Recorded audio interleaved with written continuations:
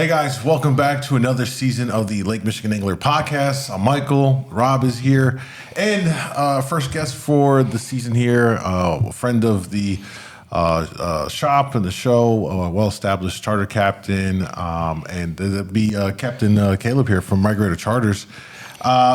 Caleb, welcome again. Thanks for having me. We always glad to have you here. You're a wealth of information and knowledge, and so as we do with every kind of beginning of the podcast, you know, quite a few things to talk about with the year now.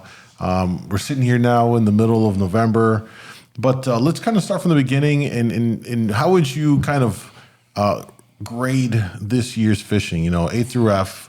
Where would you place it and compare it to last year? Last year was a great year, so it's hard to put a grade on it because our fishing the last few years has been very good. This year though was really just, you know, really was outstanding. We had very, very, very few days where it just seemed like it sucked out there. I mean, yes, you had your days where it was a little tougher, but I don't think I had a trip where I went out where I was like, ooh, I hope I catch a fish today.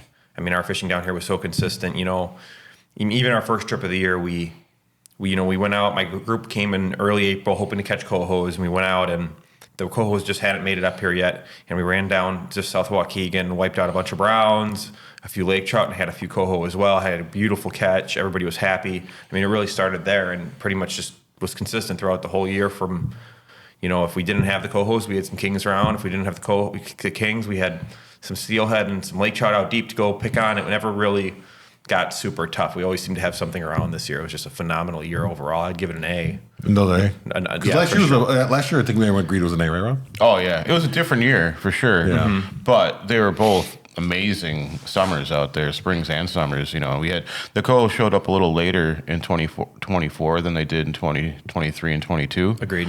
And so people were a little worried to start. But it was not normal for us to have a lot of cohos in late March and early April around here. So we got kind of spoiled the previous 2 years with those really early cohos. And then, you know, it was the last week in April they showed up in pretty good numbers, and then it was quick limits again. Yeah.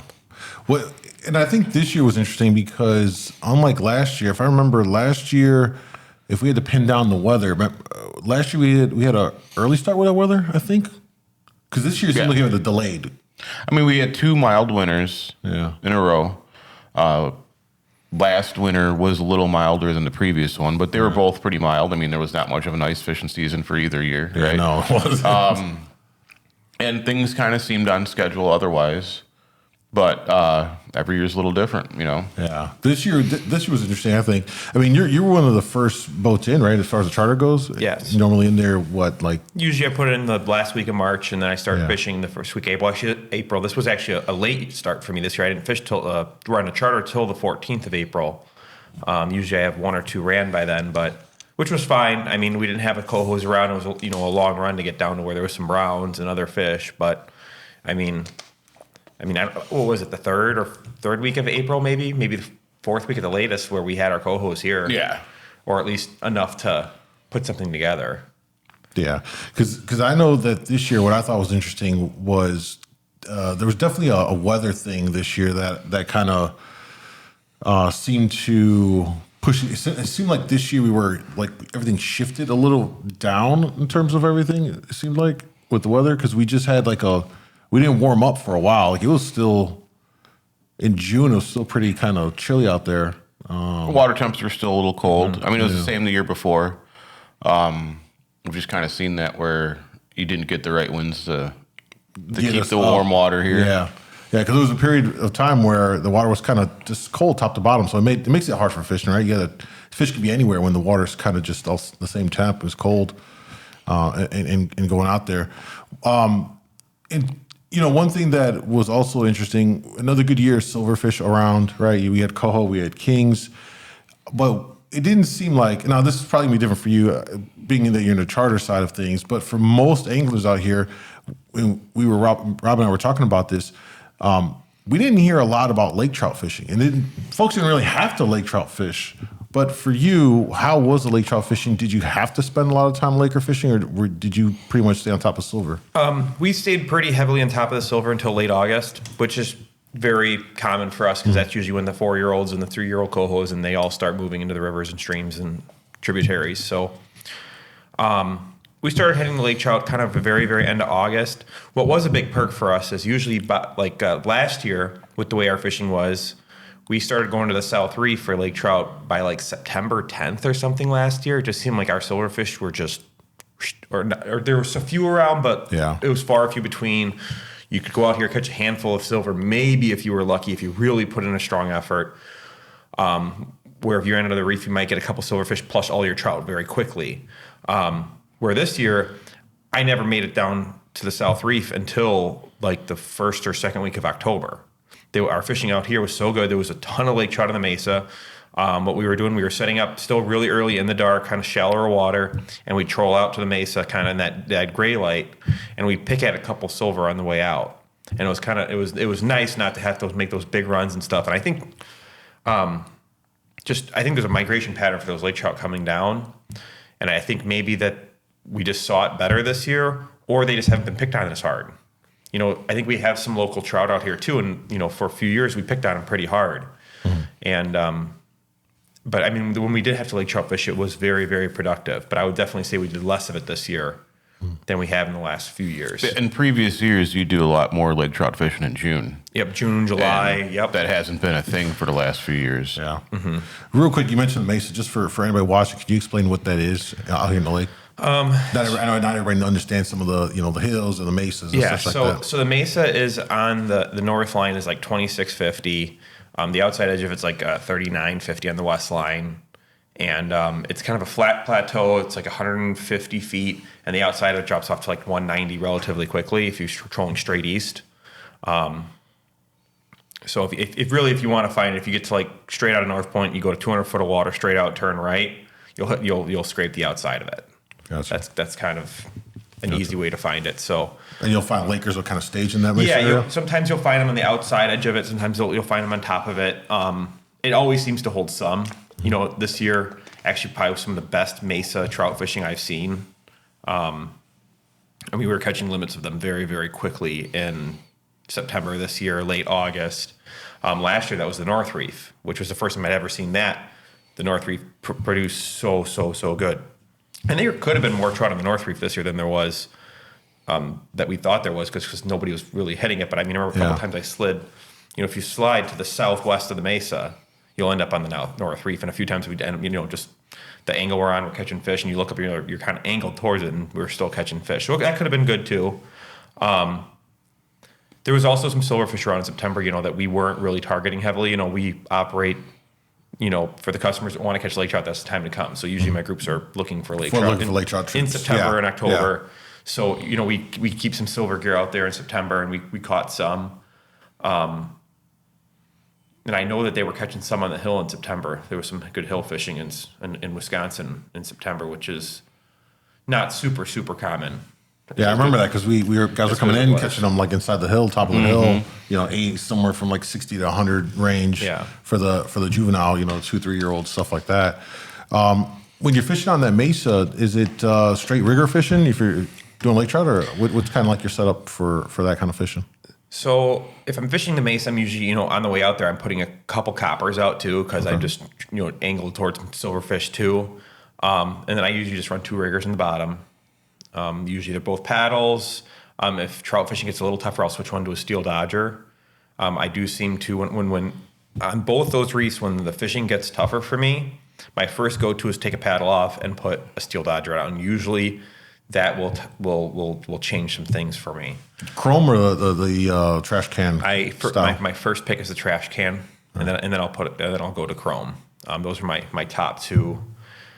Usually it's the trash can or smoke with a little yellow clown spinning with a little yellow tail on it. Yeah, that's usually a very, very productive bait for when they get a little more finicky.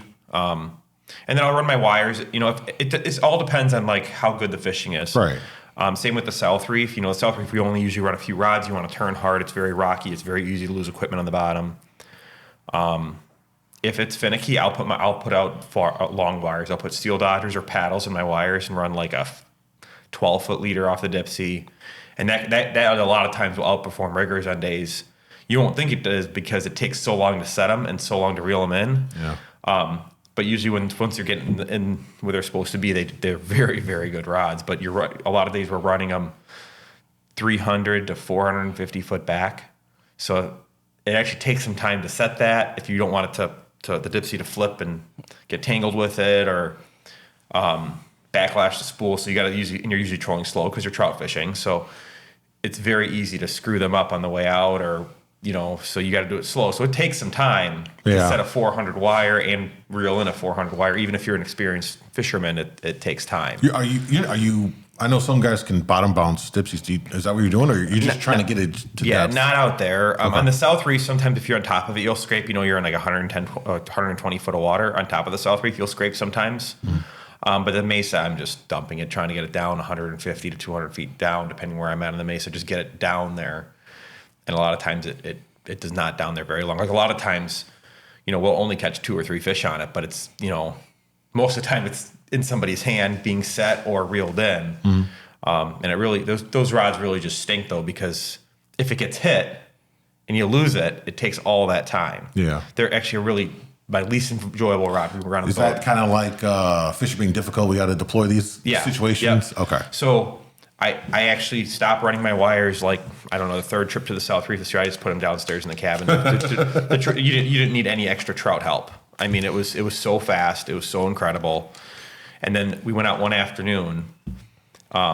We don't run a lot of afternoons in October, but we had an afternoon trip and we went out and we got back out there, set our rods, and we made it all the way across the reef with one bite. I'm like, oh, go get the wires. And we put the wires out and, and I switched, a couple things around on the downriggers, and then it took us like an hour and 20 minutes, and then we were done and we went home. Let me ask you, when you, 2 parts here. One, when you're fishing that deep in the water column, you literally putting stuff down towards the bottom and such, and you will probably have some stuff suspended, like you mentioned your coppers and stuff. I'm guessing 3 and 400s are your go-tos on here, or are you running bigger than that? By September, October, all I'm running is 400s or 450s. Usually one side's a 400, one side's a 450. So when you're running all these long lines, deep riggers, and then you've got these really long dipsies too, how are you thinking in terms of speed? Because I'm guessing you're putting spoons on your coppers and long lines primarily. So I should clarify a little bit. I'm only running my 400, my 450 copper. If my wires are I'm just using like my standard like flash or fly, normal size leader, not putting it back 400 feet. Okay. You try and run one of those like 400, 450 foot wires with a 400 copper next to it. Okay, yeah. And you turn or get a fish on it on a turn, it's over. That's kind of where I was. Yeah, you can just plan on cutting all that off, and even and when we're running like the structure in the South Reef, North Reef, Mason, we want to turn real fast to stay on the structure. Running one of those very big wires is a giant pain in the butt. So a lot of times what we'll do is actually we'll just run one of them, and then whatever side it's in the way we'll just take the rod and move it to the other side of the boat. Oh, I see. We'll run on like a 1 setting or a 0 and just literally take it out of the rod holder and move to the other side of the boat, so it's out of the way. Otherwise, you'll have a lot of headaches with it when you turn. Yeah, I'm glad I asked that, because I'm sure somebody watching this was like, oh, I'm going to do this my next trip, but then maybe not thought about that part. Bad idea if you run all that stuff together. No, it's you're running a very, very light spread. I'm usually not running a board at all when I'm running those wires like that. It's just, you're just asking for a lot of trouble. And then my second part was, again, you're running deep riggers with paddles. You're running, when you are running long lines, you've got spoons on it. You've got your dipsies. You're running, what do you run on them? It's like Dodger flies? So when or spinning glows? For the trout fishing, yeah, it's spinning glows. But actually, my favorite thing to run on my wires for the trout fishing is the big fishing chips. I like the big one. Pro Trolls? Yeah, it's super fun to reel in. It's really awesome. But yeah, it's very good. Long leader, like a 42 inch leader off the fish and chips. Long leader between the dipsy and that. It's just a whole. I mean, we have to hand line the last like 6-7 feet of line in when it gets to the boat. So in terms of all of those things you're pulling, how are you thinking about speed so that everything's running properly? Because if you do have paddles, but then you got long lines with spoons, you want the spoons to be able to still do their thing without impacting. Oh, sorry about that. Alarm went off. How are you thinking about speeds? The nice thing about the paddles is you can run them faster than a Dodger. That's kind of the big thing. Is I don't have to worry about going 1.8, 1.9. Usually, you know, we've been anywhere between 2.0 and 2.2. Really, in the fall is fine. The spoons are working fine too if you have spoons out still. The paddles are fine. The only time you have to really worry about it is if it's really rough and you switch to Dodgers. But usually when it's rough out, a paddle's fine. It's only when it's like flat calm, which never happens in October, and you're out in the afternoon, you have to worry about all that. So rough speed that you're sitting in doing this? I just start 2.1, and I'm happy with that. 2.1, that's knots, not miles an hour. Okay. So it's, you know, there's so few guys fishing out there, but I mean, the fishing is so good. If you want to go out and catch a bunch of big lake trout, or just, I mean, it's. So we actually, one of our last videos for the year, we went out with Captain Jim Stepp to shoot a Laker video. We wanted to kind of show folks like exactly this time period. You know, especially if you have a small boat. You know, most of the big boat guys are putting their stuff away for the year. But if you have a small boat and if you get the right weather conditions, and it does happen, it's harder, but you will get those days where you can actually get out there in your small boat and you can go to town. I mean, it was incredible fishing. We were done in 45 minutes. I mean, 45 minutes. We had a four-man limit of Lakers. Yep. And we literally could have, you know, kept whacking them if we were, you know, if we wanted to. But, you know, they were just munching. No, a lot of days it'll take us longer to get there and back than the fishing time. Kind of what it was exactly the kind of experience. So, you know, that was an important thing that I think a lot of anglers don't think about after the fall run of Kings and maybe Coho. The guys start thinking about putting their stuff away. And I get it, you know, hunting comes up. A lot of guys want to do hunting as well. But, you know, something to keep in mind for anglers out there that still want to scratch the itch, that you still have great fishing opportunities. Yeah, there's always something to catch out there. It really is. You've got that fishing when that's over with, and you get the browns and steelhead in the harbors and shallow and all that. And kind of like there's always something you can be doing out there. Yeah, yeah. Moving off of lake trout, let's talk more about the silver. Coho, in terms of size this year, what'd you think about their this year's class of Coho? I didn't think that the size of them was extraordinary. I thought it was good. I didn't think they were small. They were big early, but then they kind of topped off. Yeah, I would agree with that. It wasn't like 2 years ago where they were monsters. You know, like late July and August, there's 14, 15 pounders, stuff like that. Like we were off to the start that looked like we were going to get that again, and then you just kind of like stopped at like 9. Right, because we had all those cohos come midsummer, and we were catching limits of them, but I never saw any, you know, 11, 12, 14, you know, starting to get into like thinking about wall mounters. I mean, it was just all the same. Which was fine. I mean, I'm not complaining. There were still really good ones, much bigger than last year. Yeah. Yeah, I thought so too, and I think numbers wise, they were plenty around. So that was another kind of.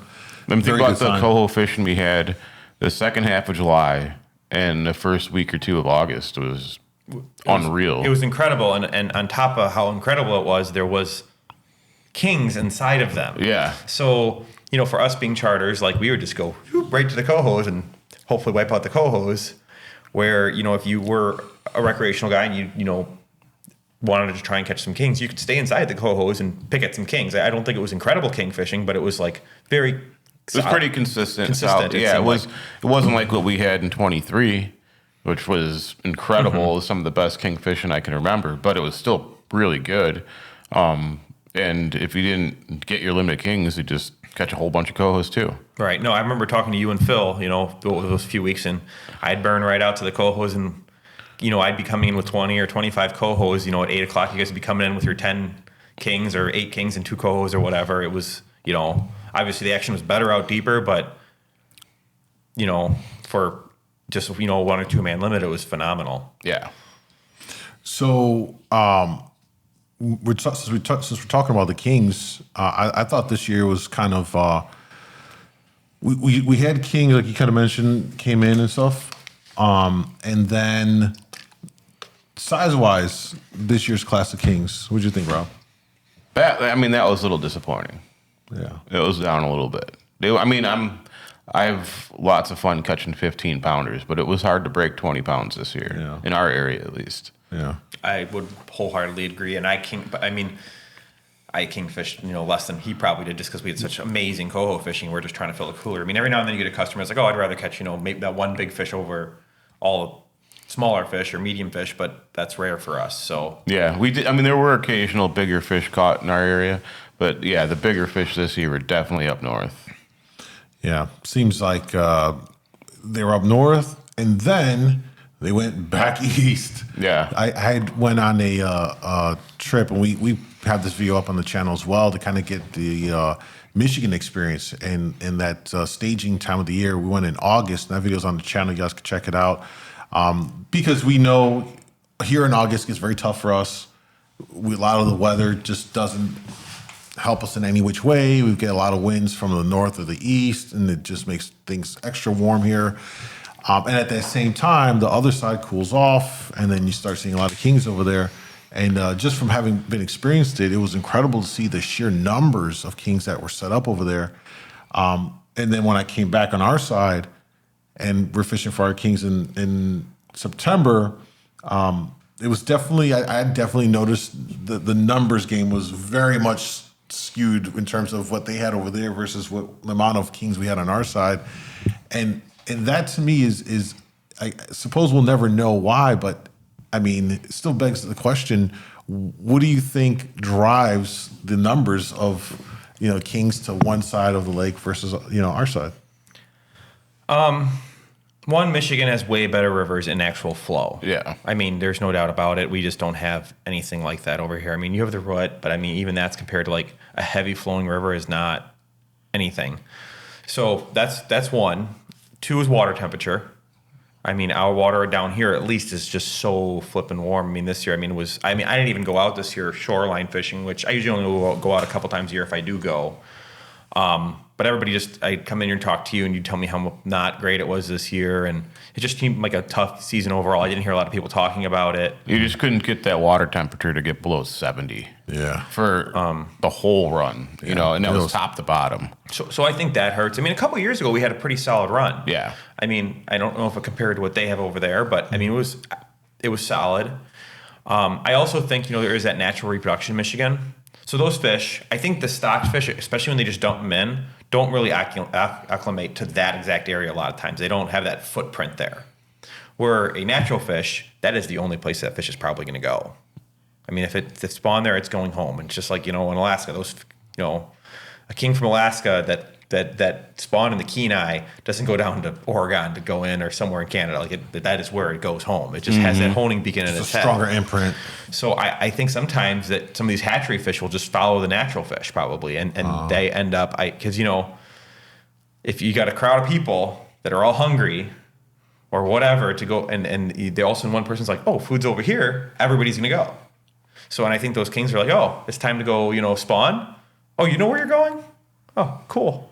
And it sounds crazy, but I think some of those hatchery fish probably like a herd mentality kind of a thing, just kind of going. Follow those natural fish. Well, I do know just after seeing it, they do travel in what seems to be weight classes. So when I was over on the other side, we stopped at one of the weirs, the dams on I forget which one of the rivers, and mind you, this is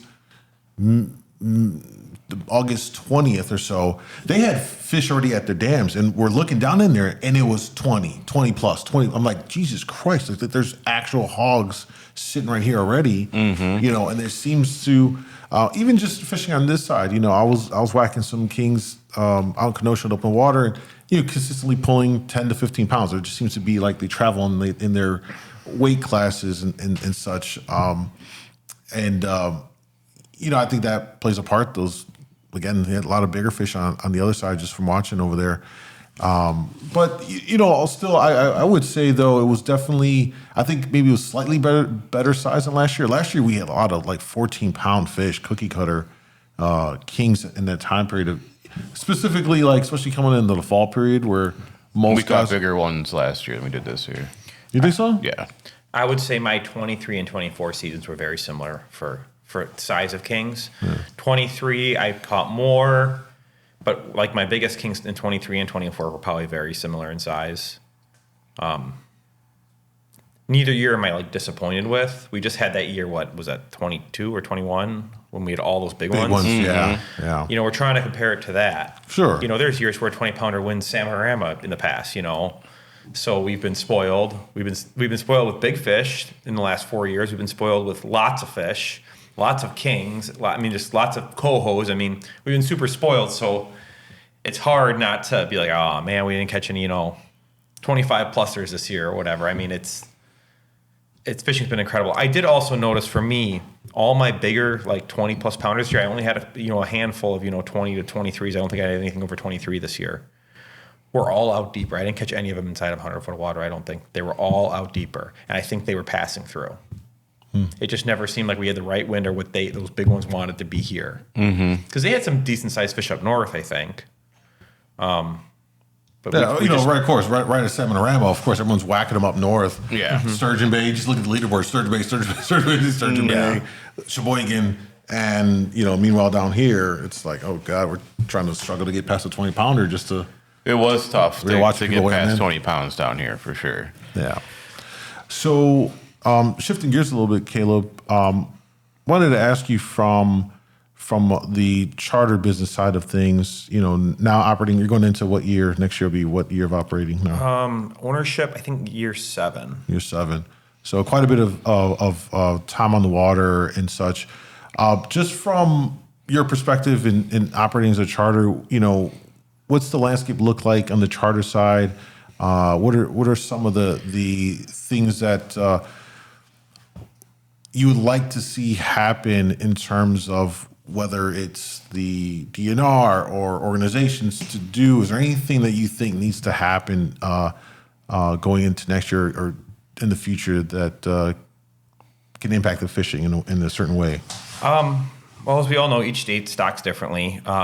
We'd have no fishery right now if it wasn't for the state of Wisconsin. This fishery would have collapsed. So, the Wisconsin Lakeshore Business Association, for anybody that doesn't know what that is, it's virtually a lobbyist group that everybody in Wisconsin banded together, and a couple Illinois organizations actually donated money to it to hire a lobbyist to get our kings back about 4, 5, 6 years ago. They started it.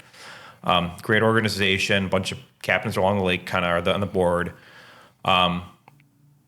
Cheap to be a member if you guys want to join it. It's a great thing to be part of, but they really pushed for more stocking and they got it. And it kind of, I'd like to see them continue to do well. They seem to have gotten our numbers back to a great place. I know they're always struggling, so that concerns me from a charter aspect. I know that, it always concerns me when, if one of them tells me that they're struggling, to deal with some other thing. I would love to see our Browns back, but I know it's a battle. If we want our kings, we don't get Browns. Right. Having that fishery off Kenosha would be really nice, like good summer brown fishing. That would be great. I would love to see Illinois get more, not even just more stocking, just a better effort in how they stock, which is always a battle. Every meeting we bring it up. They don't like to listen to us. I don't know about Michigan and Indiana stocking programs that much, so I can't speak much to that. But those two things are huge for us over here. I think we have very little return in Illinois because of how they stock. I think it's a very terrible stocking program. The way they actually do their stocking, they just dump them in and drive away versus having a net pen or stocking them at night or anything like that. I think that would help. I think it's a lot of criticisms that they'll chuck them in during the day and the cormorants around, the seagulls around. They don't think they monitor the water temperatures. They just pick a date where it should be good here and there, but we'll just set them in then. Like you can't do it at 7:00 at night. I think that'd be really helpful if you have those fish at least a 12-hour chance before the seagulls can see them. I think that would be huge.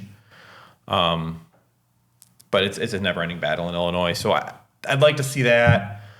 I think our numbers are actually pretty good for stocking right now. If they can continue, I actually don't think we should go I don't think we need to increase a ton in the king department or anything because we have a lot of kings right now, and we don't all of a sudden want to be back to square one where we have small kings again and the DNR freaks out and cuts all the stocking. When they cut, it's very hard to get it back. Mm-hmm. So I think, keeping this healthy multi-species fishery is huge. I'm happy with, I don't need to go out and catch all kings. I think this multi-species fishery is really important, and we have that right now. We've had that for 3 years now where we just have this awesome fishery, just where we have something to catch every day, which is huge for a charter industry. So for DNR, I think that's huge. for the stocking program to be, kind of remain where it's at. Remain where it's at. I'm worried about Wisconsin all of a sudden cutting again. Illinois, I think they haven't had a meeting in a year or two now.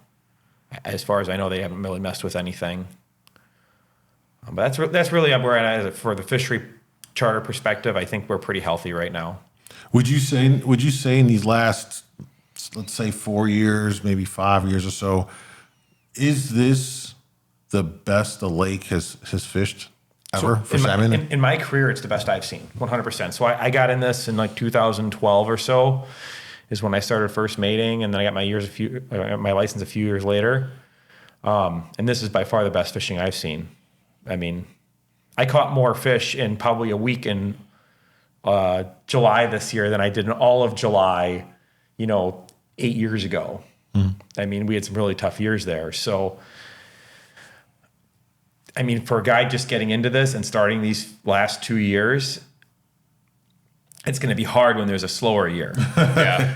I mean, it's much easier to really appreciate this fishing when you've gone through the dog years, you got 5 charter boats heading out and everybody's like, well, I hope we all get one. Fingers crossed. Like in the charter group chat? Yeah, like, you're joking about setting up off a flare when you get a bite. Like, we didn't have that this year.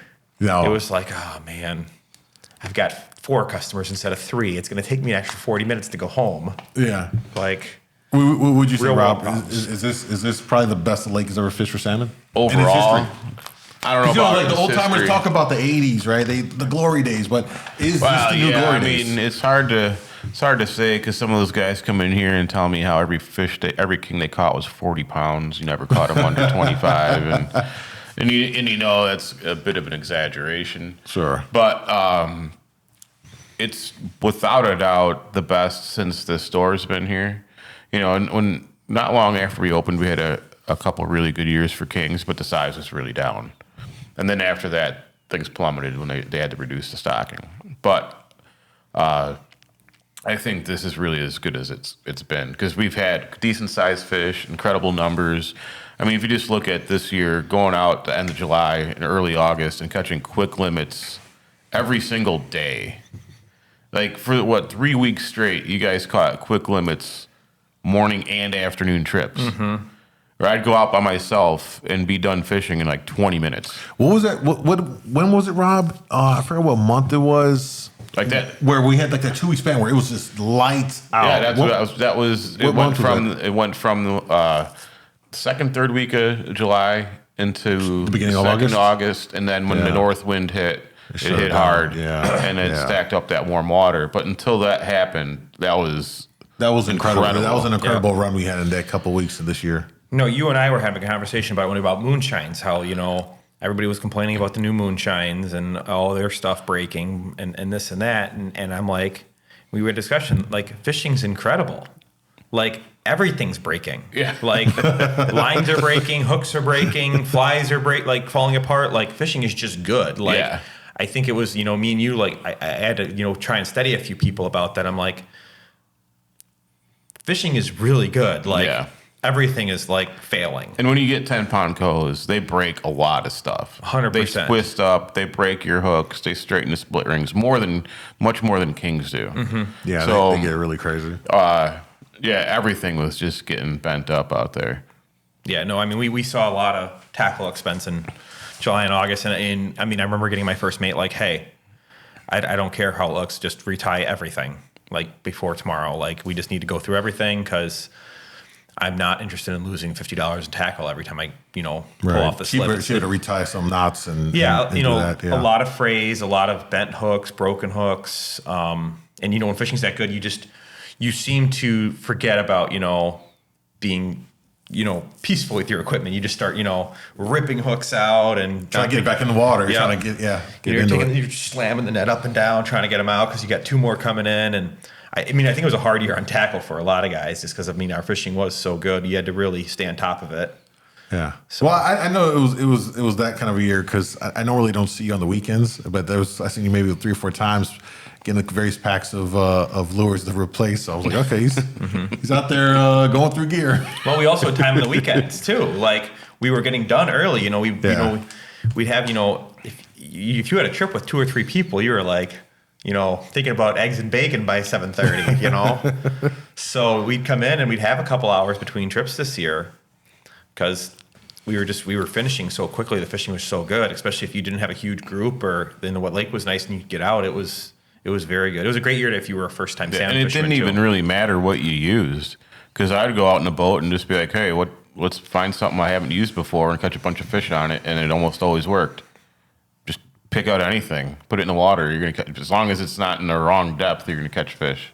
It's interesting that you say that because every year there seems to be like that new hot lure or whatever. There's a lot this year. Everybody had something, but it also didn't. It wasn't like it all came together. It wasn't like the year the RV Blue Flounder, like 3 years ago, everybody was talking about it, or the RV Bloody Nose, or when the Dragon Slayer came out, like all that stuff. Like those are really hot baits of their time, and everybody was like coming in wanting that specific thing. This year, everything was going because everybody had a hot lure because fishing was just incredible. Yeah, I just never even switch stuff up like on the dipsies or flashers and flies.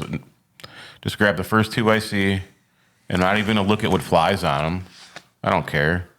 Just put it in the water. It doesn't matter. Rob, by the way, for those of you watching, Rob literally, he doesn't matter what's on him. Just throw it in there. It works. It works. Just throw it in there. 2 things come to mind I want to ask you then.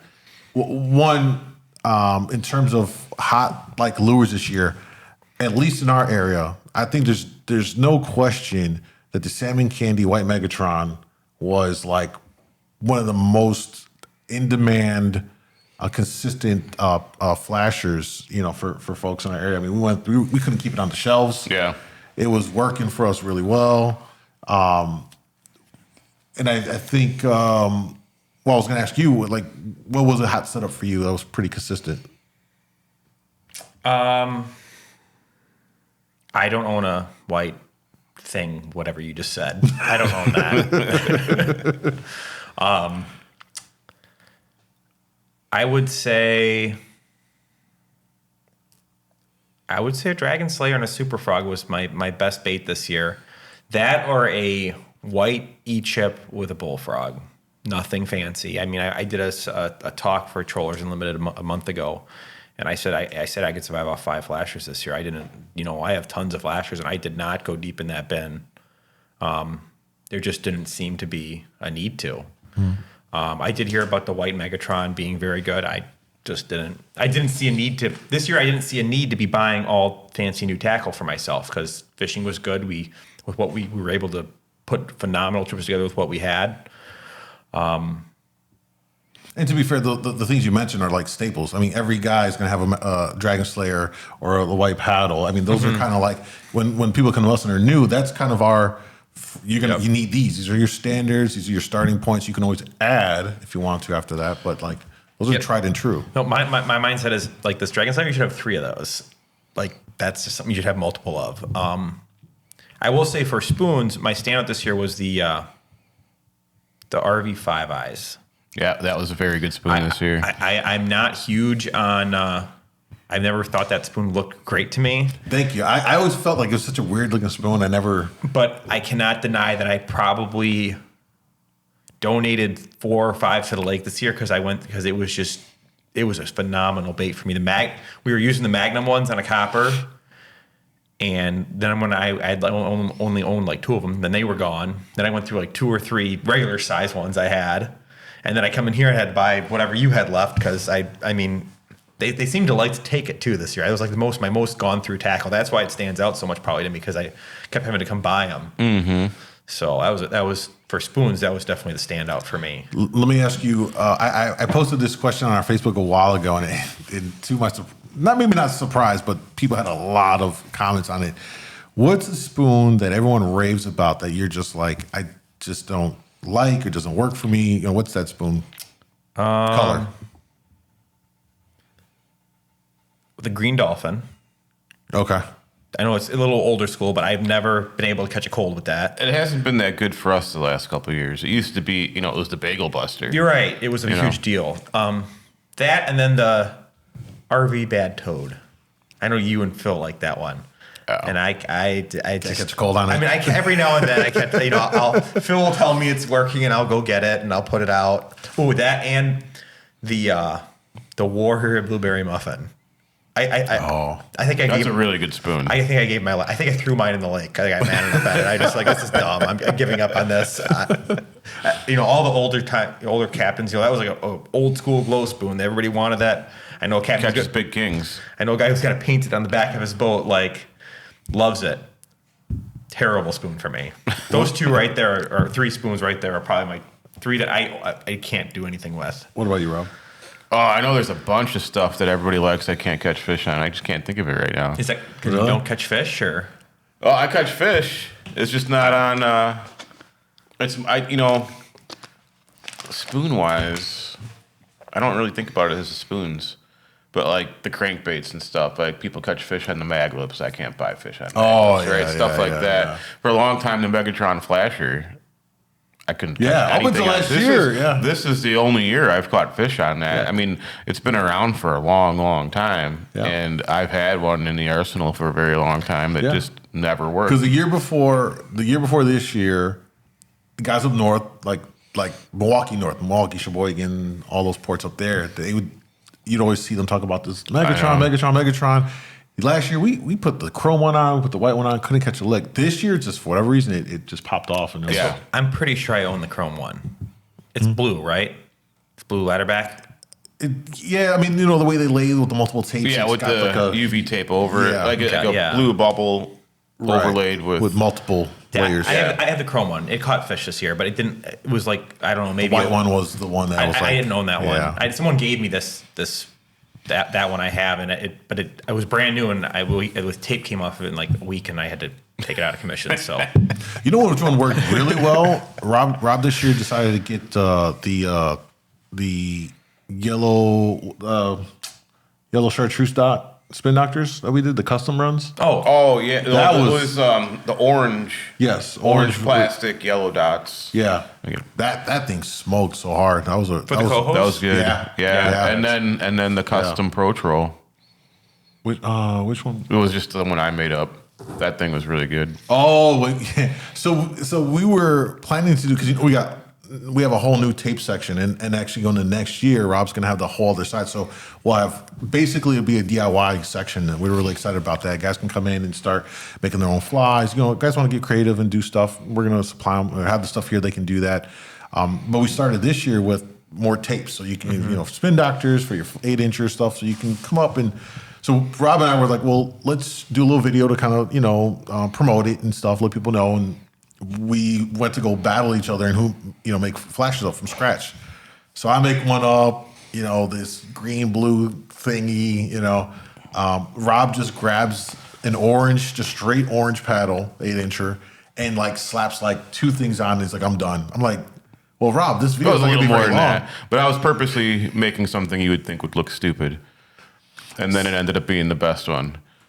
He fished it. It was like, it was pretty. So that video never got released, by the way. I deleted that. But yeah, he made one that was it was just UV tape on an orange plastic, and it had an eye and a glow ladder. A red eye and a glow. Yeah, it wasn't like and it had the pearl lead tape on one side. Yeah, yeah. That was actually surprisingly good. It was just, every time we caught a fish, I looked at him like, I don't want to hear it, because we were filming that day on the water. He kept on catching. That was fish. The best rod. Yeah, it was that day. One thing before we wrap up for this podcast, Caleb, we mentioned earlier, we were talking about spoons. One of the big conversations that happened this year was around Moonshine spoons and the ownership change and all of that. What did you make of the conversations that were being had about that, and then in terms of where Moonshine's at now, and where do you think it's going forward? I think they're still an incredible piece of equipment in our arsenals for this fishery. I think that a big issue they had was the hooks. They switched over right away. There was a shortage, I guess, in the VMCs, was my understanding, is what I was explaining to, and they switched it back, but everybody freaked out about the hooks that were on there. Yeah. I think that they are absolutely still fine. They seem to have changed a little bit of the plating on the back. The glow is the same. I actually talked with the previous owner about it. He's still with the company. He's doing trial runs and stuff. And it's sad to see the company, the manufacturing go overseas, but it's such a big company. I mean, from a business perspective, I kind of understand them switching.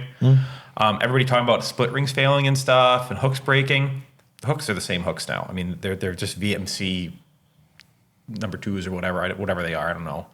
But they're the same hook. The split rings, I had them fail before with big fish. As our conversation, for them to have switched when they did was hard for the company too, because it was right in the middle of this incredible fishing. Yeah. Yep. Where all of a sudden everything's getting destroyed, breaking off, hooks are breaking. I think it was a tough time for the company. I do hope that they continue to produce the same quality. I think there was that hiccup when they switched over with any company. When you switch ownership, you're going to have differences in production. In production. Yeah.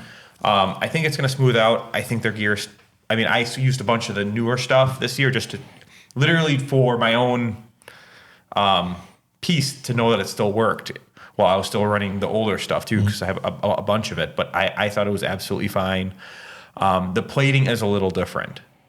For everybody's like, oh, well, I'm just going to, hold on to my old stuff. Eventually it's going to be gone. You got to learn how to catch fish on what's here. I mean, it's like us and like our old gear, like grizzly spoons. Like I love using an old grizzly spoon. A lot of guys don't even know what that is. But if I break one off, it's over. Like I have to be able to catch fish on what I have. And I immediately started using some of the new stuff because I wanted to make sure that I could catch fish on it. And I saw very little difference in the catching of it.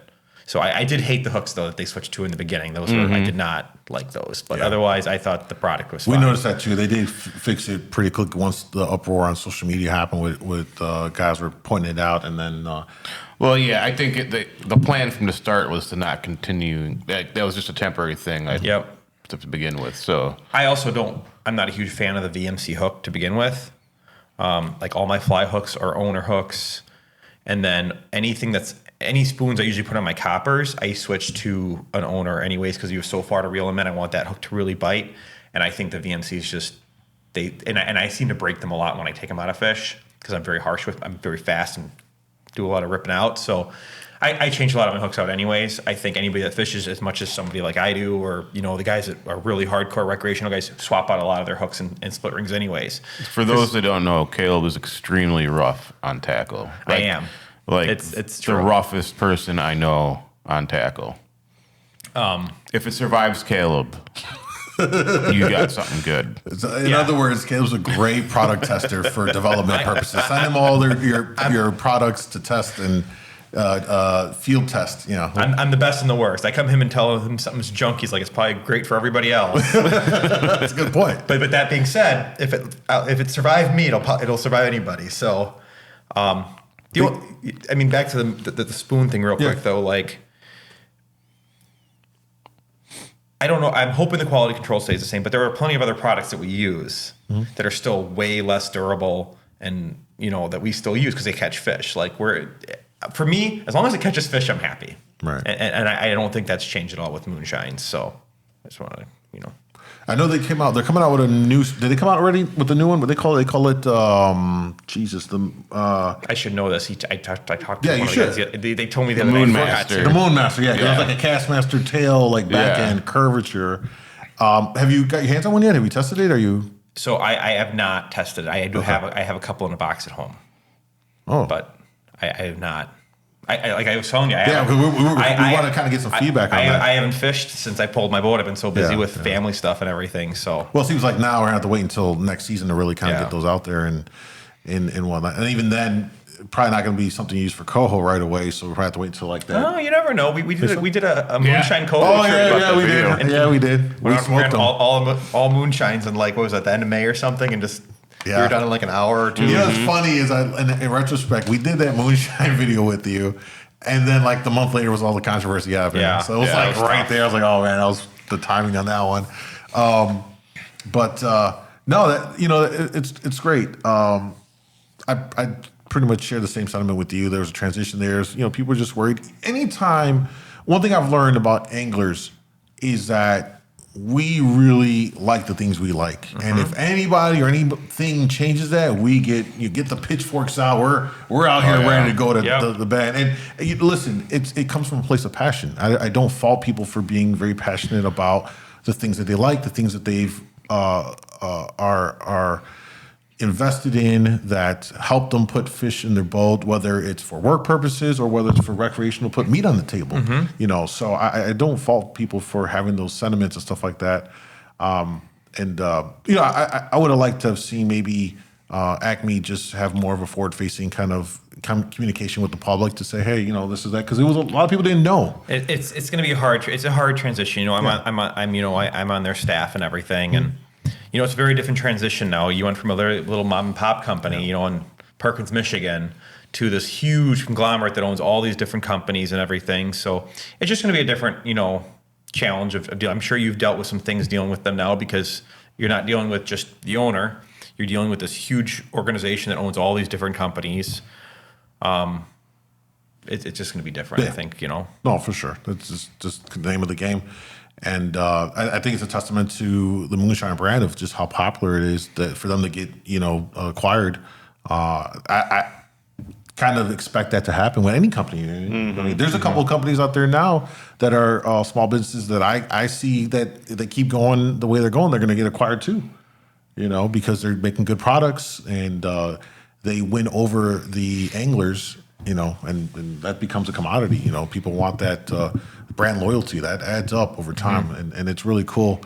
And I think it's also interesting because with that acquisition happening and all the controversy, it also seemed to opened up people to trying out other brands, and so there was like this whole kind of renaissance too, which was really interesting this year, of other brands kind of stepping up, people giving them a shot, having success with them and stuff. So that was kind of, for me, that was why I switched and used some of that newer made overseas stuff right away from Moonshine, the Chinese stuff. Because, I've always prided myself when I talk about Moonshine. It was very easy for me to talk about because it's such a great product. It caught so many fish. Like summertime, you go on my boat, it's, there's a ton of Moonshines out. Everybody knows I love the Wonder Bread. And I wanted to make sure when I was talking about it, I was still talking about something that I'm using. A lot of guys were running in and buying all the USA mades and everything. I mean, I bought a handful of USA ones right in the beginning, and I'm like, no, I don't need to be doing this. This is absolutely fine. I have all the gear I need, and we're going to catch fish on what we have. It's just like when Lure Gentian quit making the Smoke Dodger, everybody panicked. Well, guess what? We catch now, 90% of the time I'm trout fishing now, I just put paddles down. There's no need for it anymore. You find something that works. Yeah. So it definitely changes. Well, Caleb, it's always great to have you here as we wrap this up for our first episode for this season of the Lake Michigan Angler Podcast. Final thoughts? Anything that we didn't touch on? You wanted to maybe throw out there, or what are you looking forward to next year? I'm just looking forward to fishing. I hope we have a really busy season on charters. I can say that the whole industry was down a little bit on business this year. I think the economy was hurting. So if anybody wants to go charter fishing, book your local charter. We could all use the help, and we could always be busier. Real quick on that point, I think too, because we see a lot of new guys coming in here. Excuse me, and I think people think of charters and they think automatically going out with my family to go get some fish put on the boat. But I want to present a different perspective to people. One that we tell new guys, which is also look to charters in terms of booking them for the educational purposes. And I think that 100%. Doesn't get sold enough, maybe by the charter industry. And I don't think it's thought enough by anglers that are getting into salmon fishing.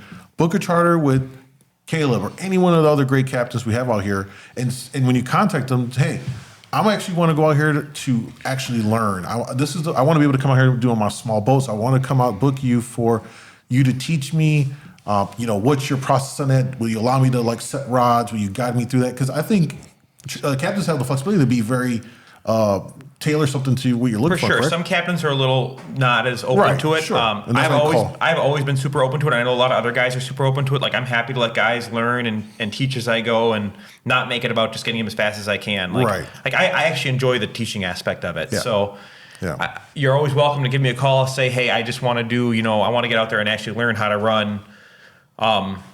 X, Y, and Z. Please, Right, long lines please don't ask me to go out and teach you how to run coppers and leads in May during Coho season. That's all I ask. Just don't ask me to go do that then. Otherwise, I'm like super flexible about it. I'm happy to do it.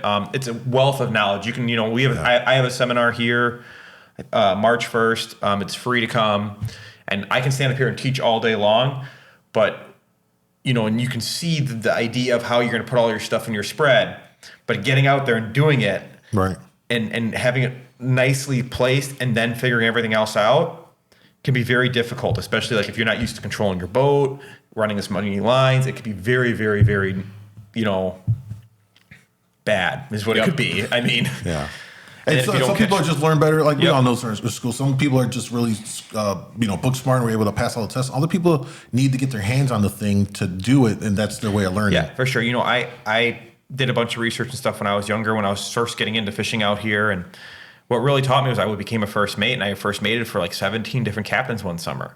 I was just boat hopping, and I learned so much from everybody's got something to teach you. And still, even today, like I run a gazillion charters a year on my own boat, but I still first mate for a handful of guys here and there too. Just I enjoy the experience, especially when you get on with somebody that has more experience than you. Like I fish with Brian Griffin, Mike Dolinar, and the Needs out of Waukegan occasionally, and just these guys have been doing it even longer than I have. And you pick up little things. It might not be just like, how to catch that fish, but it might be something that just makes running your boat or your gear so much easier. Like, man, that's a great idea. Yeah. So hopping on everybody else's boats is great. So yeah, and I wanted to kind of present that for those of you watching to keep that in mind, because again, that's another tool you can use if you're beginning to learn. Get out there, book a trip, and again set up. Hey, I want to do educational. I want to learn, so I can do this. I want to maybe learn how to do deep rigger work for lake trout. And then of course, depending on the season, you got to time the season so that it works for that. But yeah, keep that in mind as well. Any other thoughts, Caleb? No, I think that's it. I hope everybody has a great, season next year. I hope we have great weather and good fishing again. I mean, this is absolutely awesome fishing. I mean, this is a great time to get into this. So yeah, it really is. It really is. So thank you all for watching this episode of the Lake Michigan Angler podcast. We'll link down to Captain Caleb's information down below if you want to interested in finding out more information about migratory charters, number, and website. You can check it all out. Great captain right out here at North Point. And he'll fish both sides, Wisconsin and Illinois. Yeah, so you guys he'll take you out and get that done. May time is roughly, you're in there in April, so you want to get into the Coho early on. That books out pretty quick. But April can actually be a lot of fun. I mean, because if you go early, if you go before the Cohos get here, it's like the one time a year, like down here where you have a good shot at browns. Mm-hmm. And I mean, for the first trip this year, we had a ton of browns and a few Cohos and a few lake trout. It was actually like a very enjoyable kind of fishing. So early April is not a bad time at all. And it's a good year to learn because you're not just getting wiped out by Cohos. Yeah. You might actually get a full trip in or close to it. Yeah, if you want to learn, don't come in late April or May because it just will go too fast. Yeah. You won't learn a lot. So you'll just be catching fish. Yep, exactly. Final thoughts, Rob? No, just, remind you that March 1st, is it the 1st? Yep, it's just first Saturday in March. First Saturday in March, so I don't know if that's first. You should check that out. But yeah, Captain Caleb will be here at Lake Michigan Angler teaching everybody how to catch salmon. Yeah, and it's free. It'll be a free one. Mm-hmm. March 1st. March 1st. We'll post up in our Facebook and socials and stuff on that as we go throughout the winter period. So thank you guys for watching. We'll look forward to seeing you guys in the next episode. Take care.